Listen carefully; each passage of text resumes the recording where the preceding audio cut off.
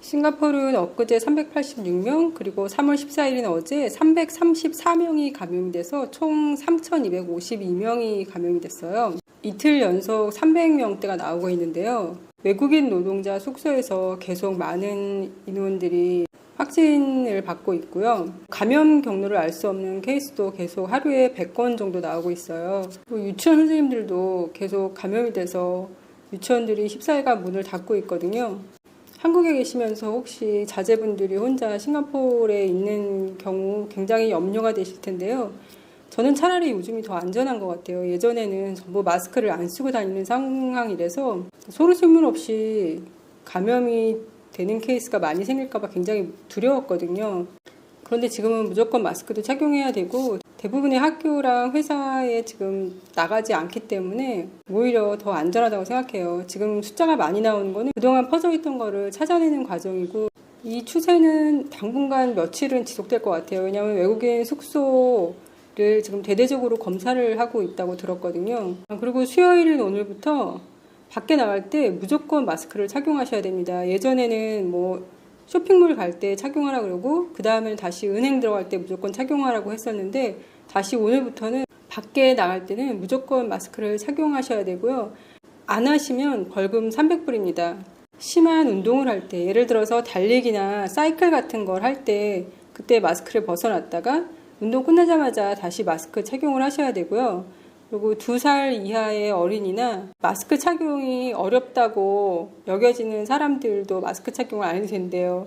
대부분의 회사들이 문을 닫고 집에서 일을 하고 있는데 에센셜 워크라고 해서 꼭 필요한 사람들은 나가서 일을 하고 있잖아요. 근데 그런 경우에는 일하는 곳에서도 착용을 해야 한다고 합니다. 4월 14일 어제도 200여 명이 300불 벌금을 받았는데요. 대부분의 사람들이 쓰레기를 버리거나 아니면 밖에서 음식을 먹거나 출입금지 지역에 들어가거나 그룹으로 모여서 운동을 하다가 걸린 사람들이래요. 서쪽의 한 쇼핑몰에서 24명이 점심때 모여서 먹고 마시고 있었던 거예요. 그래서 그 사람들의 워크패스 비자가 다 취소되고 싱가포르에 다시는 입국이 안 되도록 됐습니다. 지금 현재 나가서 일을 하고 계셔도 점심시간에는 음식을 픽업을 하거나 배달을 시켜서 꼭 자기 자리에서 혼자 드셔야 돼요. 같이 드시면 안 되고요. 그 집에 살고 있는 사람들끼리만 있어야지 다른 집에 있는 사람들이 오면 안 되게 되어 있잖아요. 경찰이 집에 일부러 찾아다니면서 확인한다는 소문이 있었나 봐요. 아직까지는 경찰이 일부러 집에 찾아다니면서 그런 사람들이 있는지 검사하지는 않고 단지 신고가 왔을 경우는 찾아가는 경우가 있대요. 어떤 경우가 있었냐면 가족들끼리 약간 다툼이 있어가지고 경찰에 신고한 적이 있었나 봐요. 경찰이 거기에 갔을 때 다른 주소를 가지고 있는 가족이 거기 있었던 거예요. 그래서 그런 경우에는 벌금을 부과한 거예요. 하지만 이런 케이스가 많아지면 집에 찾아가서 검사하는 것도 액션을 취할 수 있다고 합니다. 이거 역시 가짜 뉴스인지 모르겠는데요. 한 콘도에서 한국인 세 가정이 한 가정이 대표해서 배달을 시키셨나 봐요. 그게 음식인지 아니면 식료품인지 모르겠는데 배달을 시켜서 그걸 나누는 과정에서 그러면 그 집에 한 집에 모였을 거 아니에요. 그래서 그 콘도의 시큐리티하고 약간 다툼이 있었나 봐요. 그래서 결국 그 시큐리티가 경찰을 불렀고 경찰이 벌금을 부과했는데 그 와중에 또 이제 억울하다고 생각하시는 분이 있을 수 있잖아요. 단지 그냥 배달이 와가지고 그거를 나누고 금방 헤어지려고 했는데 이렇게 과다하게 벌금이 부과되고 하니까 억울하니까 그거를 이제 항의를 좀 하셨나 봐요.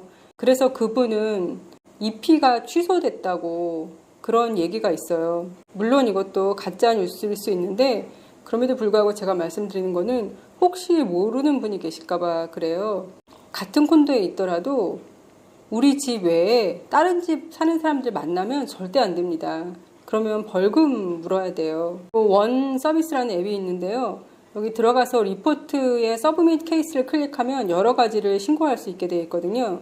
셀프 디스턴싱이 추가가 됐어요. 그래서 원래는 도로가 망가졌거나 아니면 나무가 쓰러졌거나 아니면 동물 사체가 있다거나 공유 자전거가 어디 이상한 데 방치가 되어 있거나 그럴 경우에는 사진 찍어서 신고하면은 내가 신고한 내용이 어떻게 처리되는지까지도 과정을 알 수 있는 그런 앱이거든요.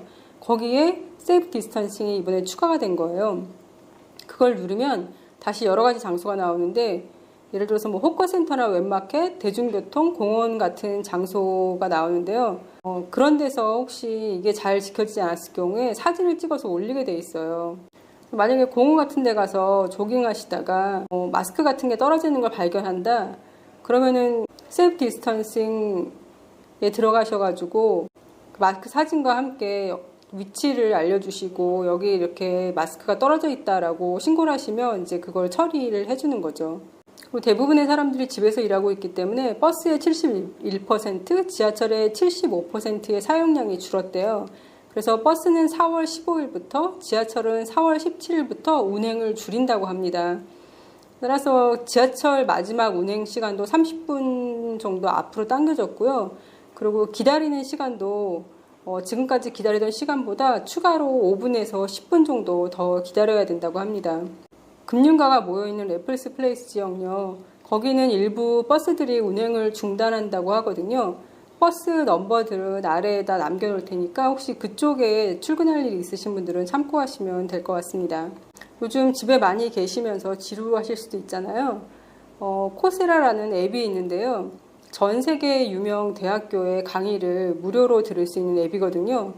굉장히 분야도 다양하고 수료증을 원하면 금액을 내면 수료증을 받을 수 있는 거예요. 굳이 뭐 수료증 받을 필요 없이 들어가셔가지고 여러 가지 강연들이 있으니까 한번 나한테 필요한 게 있나 살펴보세요. 우리나라 한 대학교에 한글 강의도 있어서 반갑더라고요. 동남아 국가에서 한국어를 배우고 싶어 하는 사람들이 꽤 있거든요. 근데 한국까지 가가지고 한국 어학당을 다니면 금액이 굉장히 많이 들잖아요.